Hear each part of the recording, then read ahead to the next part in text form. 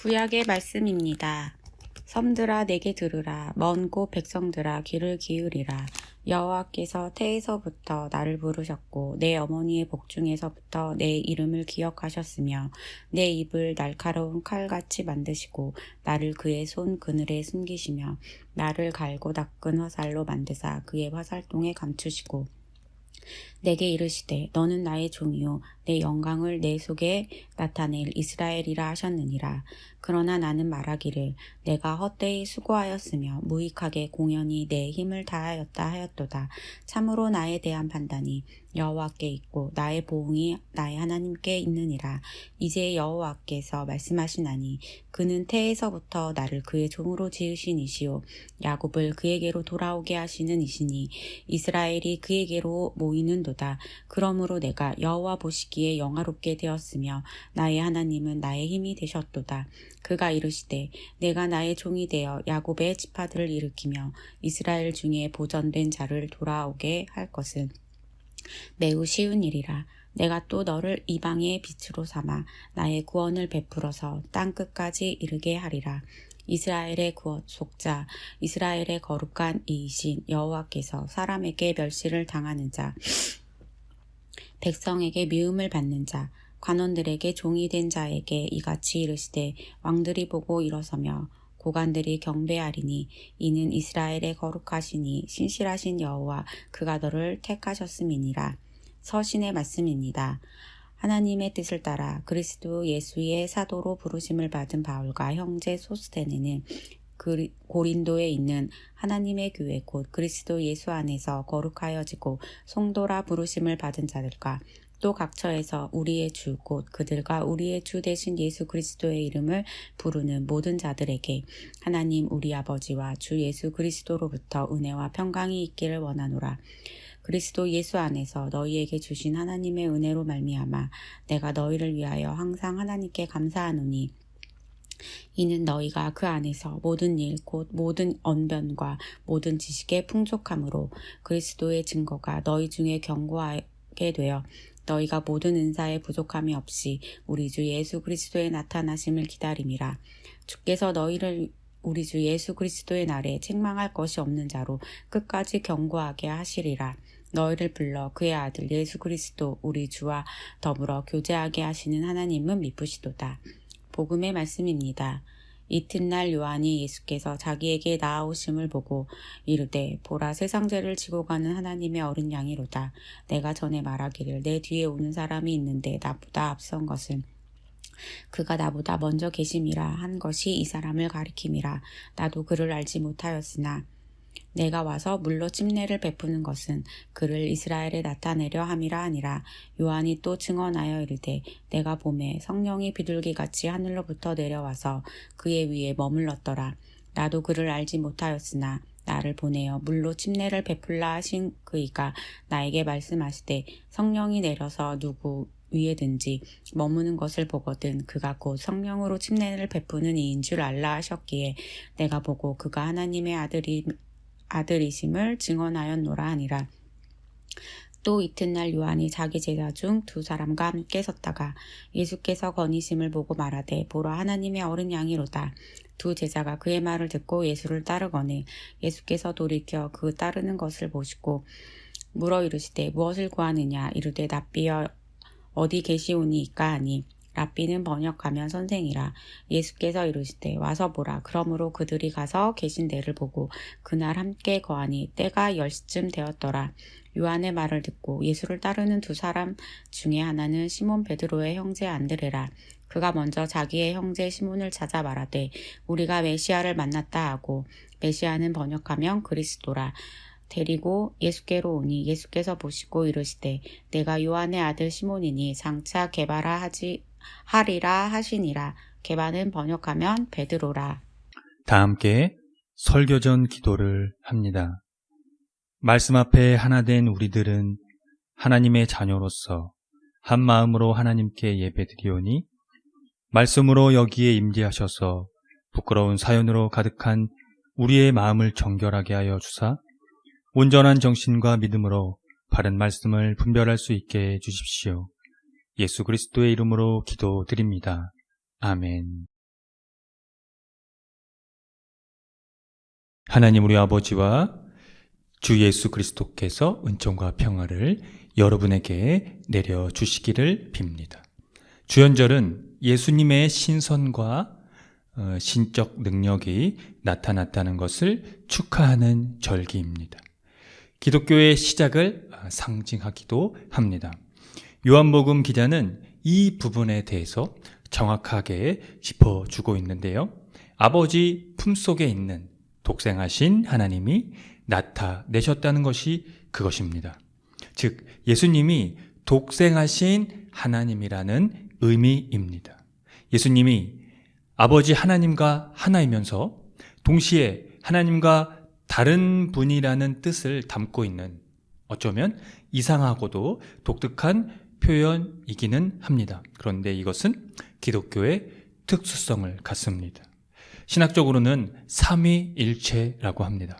성부, 성자, 성령이 하나라는 뜻인데 간단히 설명하면 위격, 신격이 하나라는 의미입니다.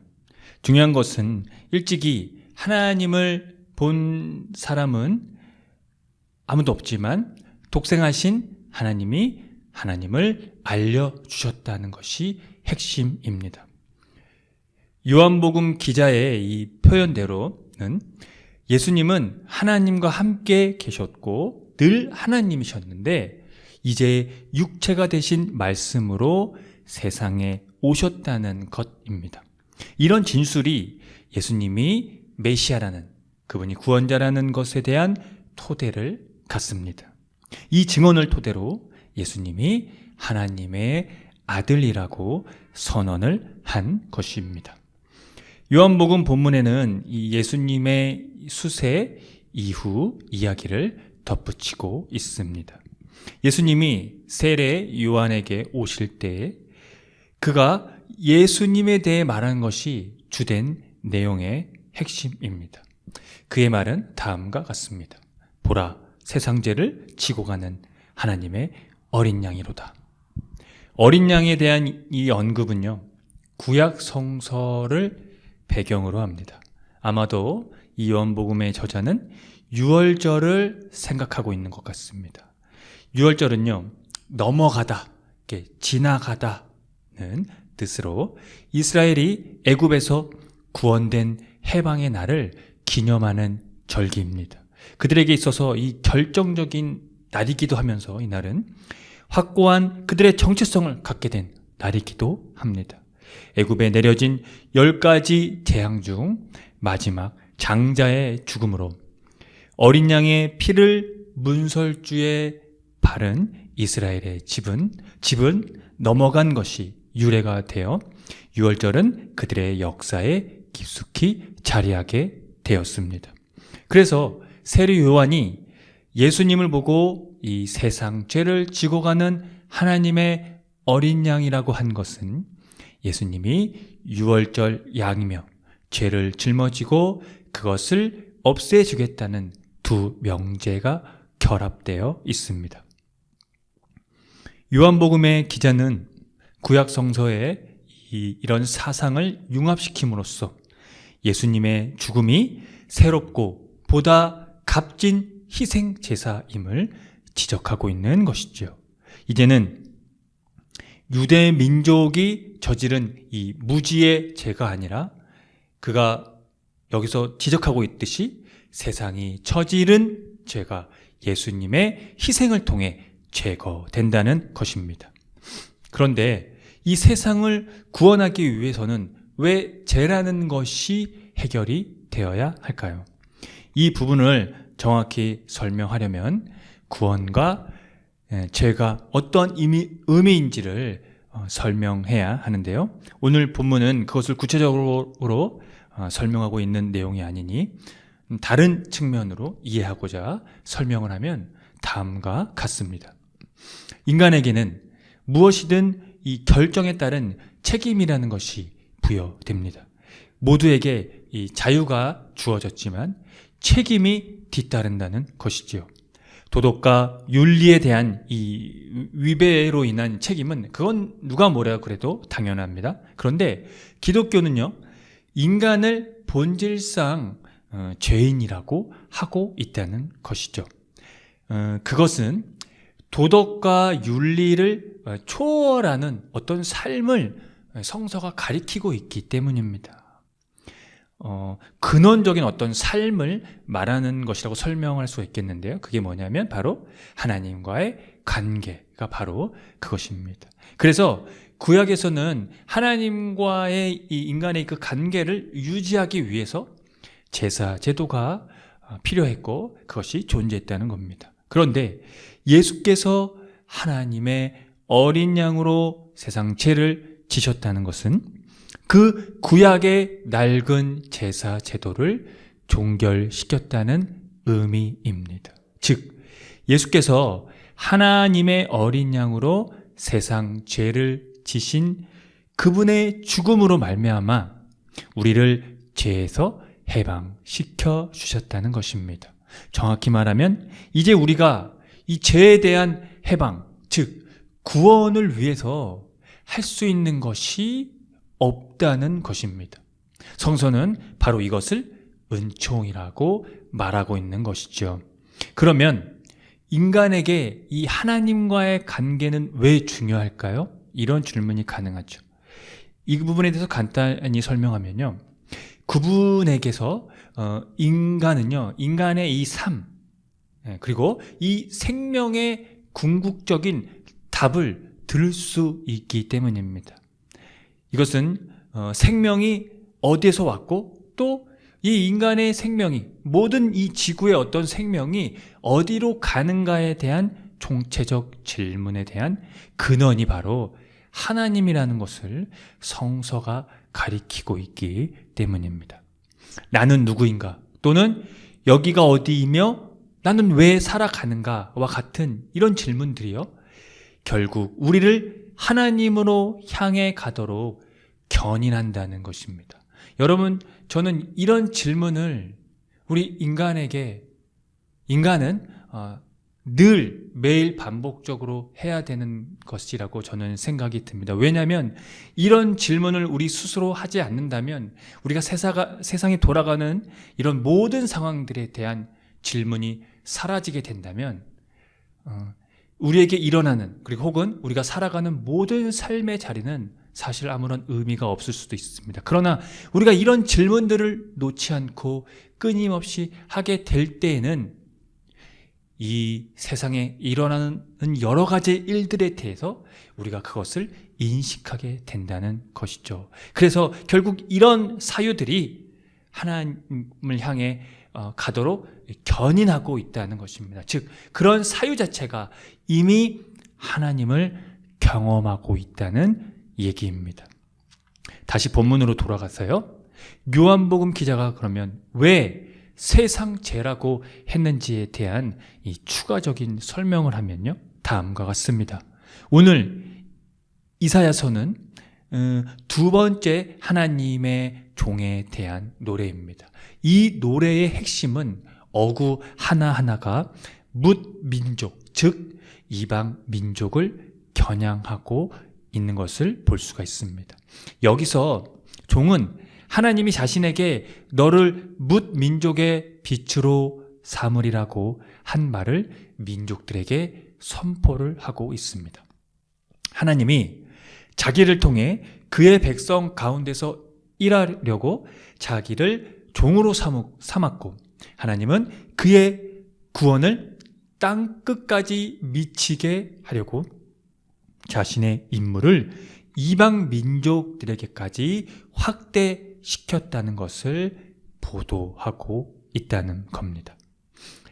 여기서 이사야가 말하는 이 종은 사실 정확하게 누구인지는 알 수는 없습니다. 그러나 정확하게 한 가지 말할 수 있는 것은 이스라엘은 현재까지 그를 기다리고 있다는 것이고, 초대교회의 전통과